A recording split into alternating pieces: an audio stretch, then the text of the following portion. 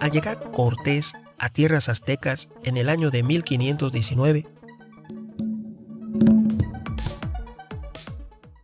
lo hizo en compañía de un esclavo liberto, y ese esclavo, que fue ascendido por sus servicios a la corona española al rango de capitán del ejército español. Es así que Juan Garrido, por insólito que parezca, nació en 1480 y falleció en 1550. Este individuo, Juan Garrido, fue un conquistador negro del siglo XVI. Juan nació como hombre libre en África, en posesiones españolas, lugar donde fue hecho esclavo por los esclavistas portugueses y llevado a Portugal, lugar donde fue vendido y comprado varias veces, hasta que consiguió su libertad y una vez libre ingresó a la milicia española. Y fue ahí, ya como soldado, cuando adquirió una notable destreza y disciplina militar. De joven, Juan vivió en Portugal y fue en Lisboa donde adoptó su nombre, el de Juan Garrido, ya que anteriormente tenía un nombre africano. Cambió su nombre africano en Portugal, en Lisboa, al de Juan Garrido. Esto fue en el año de 1510, cuando él, Juan Garrido, se convirtió al cristianismo y estuvo al servicio de la corona española como soldado durante 30 años. Su fama como brillante militar y hombre disciplinado hizo que el conquistador Diego Velázquez lo llamara para, valga la redundancia, conquistar Cuba. Y fue en ese lugar donde no quedó un solo habitante de la isla. Ningún taíno se salvó. Y es en Cuba donde, al ya no haber habitantes naturales para poder repoblar la isla de Cuba, fueron llevados miles de africanos y españoles peninsulares.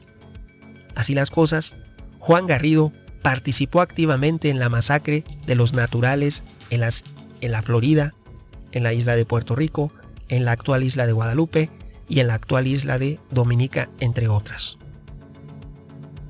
Su gran efectividad como conquistador en el Caribe le llamó la atención a Hernán Cortés, además de sus 30 años de servicio como soldado a la corona española, quien lo convenció y reclutó para la pretendida conquista de México que ya planeaba Hernán Cortés.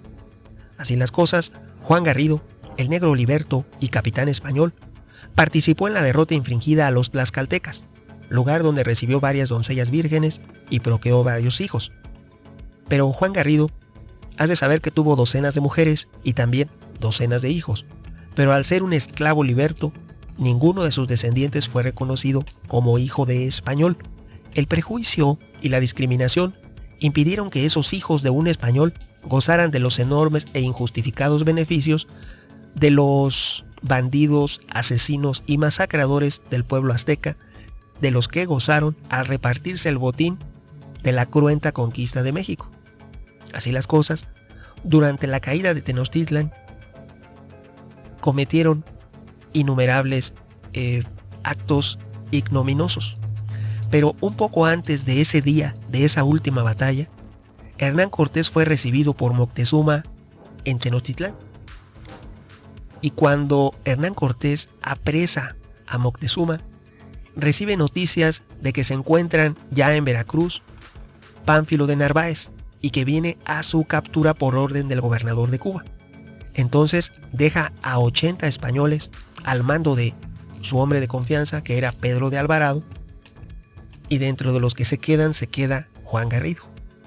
Así las cosas, los nobles y dirigentes aztecas pretendían celebrar el festival más, su celebración, la máxima celebración que ellos realizaban, que era el mes Toxcatl, y le pidieron permiso a quien ellos llamaban Tonatiuh por sus cabellos dorados, que era Pedro de Alvarado. Así Tonatiuh o Pedro de Alvarado otorga el permiso, pero él observó que habían llegado a la celebración miles de personas, entre los cuales estaban todos los jefes y dirigentes del imperio azteca. Y lo más extraño para él, o inusual, lo que vieron los españoles, era que no venían armados, nadie estaba armado. Inusualmente, se dice, como si fueran bebés a los cuales se les va a quitar un dulce, acudieron a su celebración todos y dejaron la ciudad desprovista y desprotegida. Pedro de Alvarado, como estrategia militar, observó la ocasión y la aprovechó, lo que se le presentaba. Entonces masacró miles de personas, hombres, mujeres y niños, indefensos todos, durante el festival Toxcatl. De esta manera se desató una respuesta de parte de los aztecas, y ya cuando estaban a punto de linchar a los 80 españoles, llegó Hernán Cortés para tratar de apaciguar los ánimos, y fue cuando saca a Moctezuma, lo apedrean y él fallece. Se dice, porque no sabemos y tampoco sabemos en realidad qué pasó, ya que el relator es otro español. Entonces poca credibilidad pueden tener los mismos conquistadores.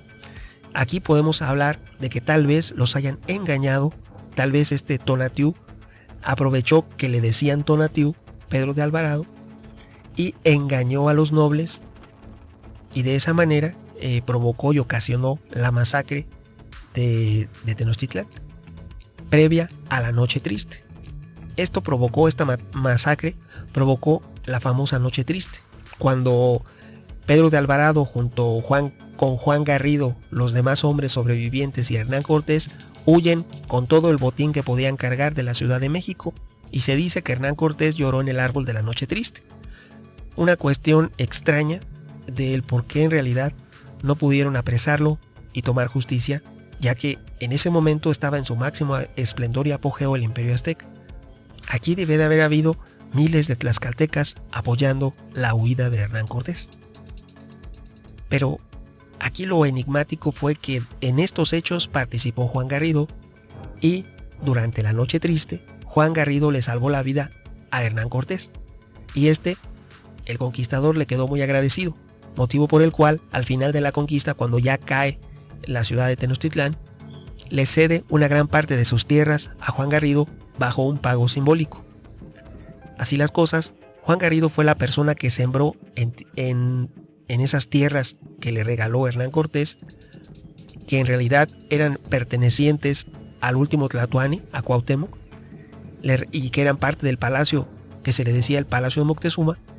En esas tierras sembró trigo traído de España, y se convirtió Juan Garrido en el primer panadero en el Nuevo Mundo. Fue la primera persona que cultivó y obtuvo harina y procesó y elaboró pan en el Nuevo Mundo. Así ya para el año de 1524 se inició la producción y transformación del trigo criollo en pan. Al principio te diría que los hornos y amasijos eran familiares, pero poco a poco se fueron convirtiendo en empresas productoras para el consumo de la población en general. Las panaderías de la época colonial estaban reglamentadas rigurosamente por el virrey, tanto en lo que se refiere al peso de los panes que podían vender, como lo relativo a los precios que podían cobrar por los panes exhibidos. Esto es, en un inicio no había quien elaborara pan. El primero fue Juan Garrido, y poco a poco se fueron entrenando a muchos indígenas para que lo elaboraran como esclavos para los españoles. Posteriormente, quien elaboró el trigo para la clase gobernante fue el clero. La Iglesia Católica fue la que elaboraba el pan en todo lo largo y ancho del Imperio Español. Las otras clases sociales disponían de esclavos indígenas que les elaboraban pan a su gusto para ellos. Y también poco a poco fueron surgiendo estas empresas o panaderías que estaban reglamentadas en el caso de México, de la Nueva España, por el virrey de la Nueva España.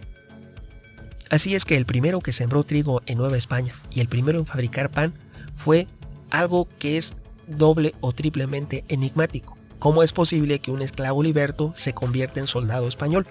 ¿Cómo es posible que le den el rango de capitán?